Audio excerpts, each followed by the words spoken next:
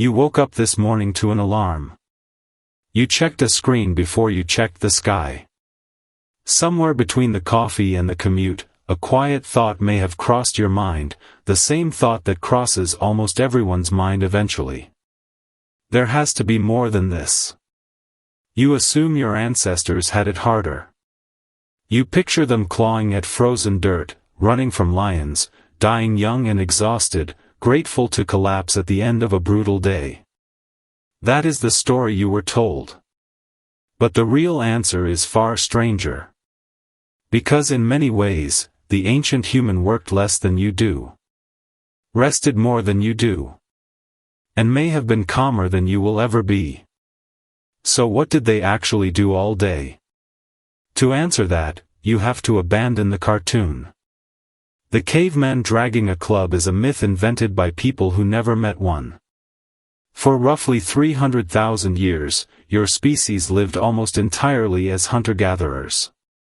Farming is a recent accident.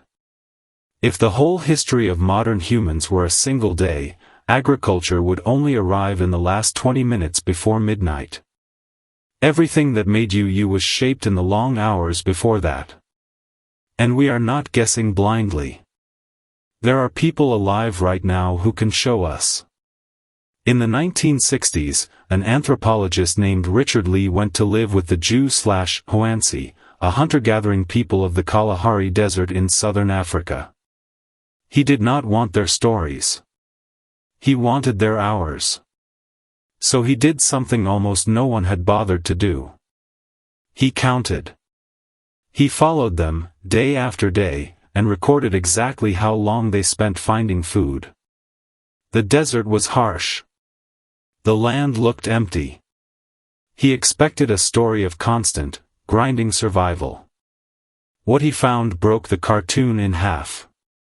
The adults spent somewhere between 12 and 19 hours a week getting food. Not a day. A week. 2, maybe 3 hours of work on an average day, and then they were done. The rest of the time was spent resting, talking, visiting relatives in other camps, playing games, telling stories, and sleeping through the heat. Children did almost no work at all. The elderly were fed and respected, not discarded. Nobody punched a clock. Nobody dreaded Monday, because Monday did not exist. Does that sound like survival to you? Or does it sound like something you have been quietly chasing your whole life? Lee's colleague, the anthropologist Marshall Solins, gave this idea a name that scandalized people when he said it out loud. He called these foragers the original affluent society. Affluent. Wealthy. He did not mean they had a lot. He meant they wanted little, and got it easily, and so they were rich in the only currency that truly matters. Time. You can become wealthy 2 ways. You can pile up endless possessions. Or you can need almost nothing. Your ancestors chose the second path, and it bought them their days back. But maybe the Kalahari was a fluke. Maybe one group got lucky.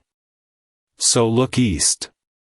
In the savanna of Tanzania live the hadza, one of the last groups on Earth still living largely by hunting and gathering. For decades, researchers like Frank Marlowe lived among them and watched. The pattern held. The men hunt and gather honey. The women dig tubers and pick berries, often with babies on their backs and toddlers underfoot. And again, the food comes in a handful of hours. The afternoon belongs to them. Their world is not a desperate scramble. It is a rhythm. Then a scientist named Herman Poncer asked a question nobody had measured properly. He wanted to know not how long the hadza worked, but how hard their bodies actually burned. He used a technique called doubly labeled water, the gold standard for measuring energy. You drink water tagged with harmless isotopes, and scientists track how fast your body burns through it. It is the most accurate way we have to see, from the inside, how much fuel a human truly spends in a day. You would expect the hadza, who walk miles daily and dig and climb and chase, to burn far more energy than an office worker who sits all day. It seems obvious. More movement, more calories. It was not true. The hadza burned roughly the same number of calories per day as the average sedentary Westerner. Sit with how strange that is. A body that walks for hours through the bush spends about the same daily energy as a body slumped in a chair. Pontzer's conclusion reshaped how we think about the human body. Your metabolism is not a simple machine where more motion always means more burn. It adapts. It budgets. It quietly shifts energy away from other things when you move more, keeping your total spending within a narrow, ancient band. Your body was tuned by hundreds of thousands of years of foraging to be ruthlessly efficient. It does not waste fuel just because you ask it to. So if movement is not the difference, what is? The difference is what the day was for. Their work was woven into their life. Yours is fenced off from it. When a hadza woman digs a tuber, her child is beside her, learning. When a hadza man tracks an animal, he is reading a story written in bent grass and broken twigs, a story he has loved since he was a boy. There is no separation between the work, the family, the play, and the place. It is all one thing.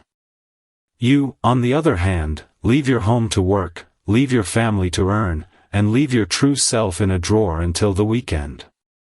But do not romanticize it into a paradise either. That would be its own kind of lie. A child born into that world faced terrible odds in its first years. There was no medicine for an infected wound. A bad drought, a snake bite, a difficult birth could end everything. Violence between groups happened. The danger was real, and it was sharp, and it was sudden. The point is not that ancient life was gentle. The point is that the danger was not the day. The danger was the rare, awful exception. The day itself, the ordinary day, was slow. And here is the twist most people never see coming. The people who traded that slowness away were not conquered. They volunteered. When humans began to farm, around 12,000 years ago, you would assume their lives instantly improved. More food, more safety, more comfort. But the bones tell a darker story. Skeletons from early farming communities are often shorter than the foragers who came before them. They show more tooth decay, more signs of malnutrition, more spinal damage from endless repetitive labor, and more evidence of disease that spread easily in crowded, settled villages full of grain and animals and waste. The scientist Jared Diamond went so far as to call the adoption of agriculture the worst mistake in the history of the human race. Why would anyone choose this? Because farming did not make individual lives better. It made groups bigger. A field of wheat can feed more mouths than a forest of wild plants, even if each of those mouths is a little sicker and works a little harder. Farming did not win because it was kind.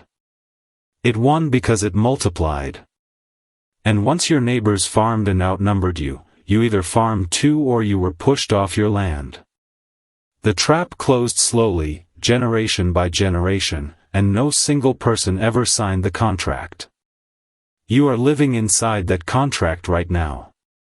The anthropologist James Sussman, who spent years living with the Jew/Hoansi himself, points out something that should stop you cold. For the vast majority of human existence, work was not the center of life. It was a small, manageable means to a clear and simple end. You worked until you had enough, and enough was a real, reachable place. Then you stopped. The idea that a person should labor for 40 or 50 hours a week, for 40 or 50 years, chasing a finish line that keeps moving, would have been incomprehensible to nearly every human who ever lived. So why do you do it? Why does enough never feel like enough? Part of the answer is that your environment changed faster than your mind could. The brain reading these words is, for all practical purposes, a forager's brain. It was built for small camps, for sharing, for status earned face to face, for a world where you could never store more than you could carry. That brain was not designed for infinite supermarkets, infinite screens, and infinite comparison. So it does what it was built to do. It keeps scanning for more, because for almost all of history, more was rare and fleeting and always worth chasing. The hunger that kept your ancestors alive is the same hunger that keeps you exhausted. Your ancestors did not work to fill their days. They worked to empty them.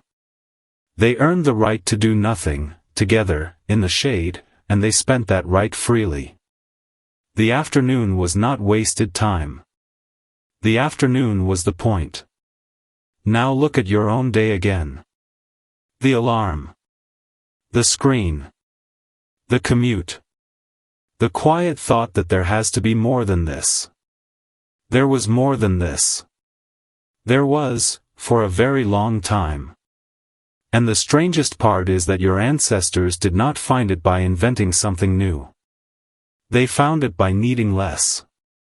The thing you are working so hard to one day afford, the time, the rest, the slow unhurried hours with the people you love, is the one thing they simply had. It was never the prize at the end. It was the ordinary middle of an ordinary day.